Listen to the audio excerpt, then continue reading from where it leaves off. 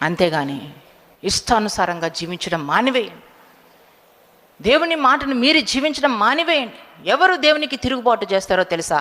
ఆయన మాట మీరే జీవించేవారే దేవునికి తిరుగుబాటు చేసేవారు. కనుక ఆయన మాటను ఏ రీతిగానూ మీరడానికి వీల్లేదు.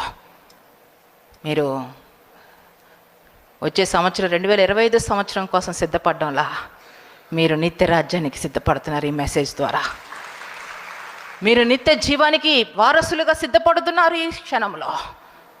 కనుక మెలకువ కలిగి జీవించండి. బుద్ధి గల కన్యకల వలె సిద్ధపాటు కలిగి జీవించండి.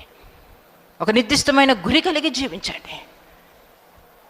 ఆ రీతిగా సంరక్షించాడు, చెప్పిన మాట ప్రకారం జీవించాడు కాబట్టి నీతిమంతుడిగా ఉన్నాడు. ఈరోజు మన జీవితంలో కూడా దేవుని మాట ప్రకారం జీవిస్తూ, దేవుని మాట ప్రకారం కుటుంబాన్ని నియమించుకుంటూ, దేవుని మాట ప్రకారం పరిచర్యలో ఉంటూ, ఒక సంఘానికి దీవెనకరంగా ఆశీర్వాదకరంగా, ఒక కుటుంబానికి దీవెనకరంగా ఆశీర్వాదకరంగా, అంతేకాదు నోవాహు చుట్టూ ఉన్న జంతువులకు కూడా తన జీవితం ఆశీర్వాదకరంగా దీవెనకరంగా మారిపోయింది. అటువంటి ఆశీర్వాదకరమైనటువంటి దీవెనకరమైన జీవితాలు మీరు జీవించాలనేదే పరిశుద్ధాత్మ దేవుని యొక్క ఉన్నతమైన ఉద్దేశమై ఉంది. పరిశుద్ధాత్మ దేవుడు మిమ్మల్ని దర్శించాలా. పరిశుద్ధాత్మలో అంతకంతకి మీరు ఎదగాలి, అభివృద్ధి చెందాలి.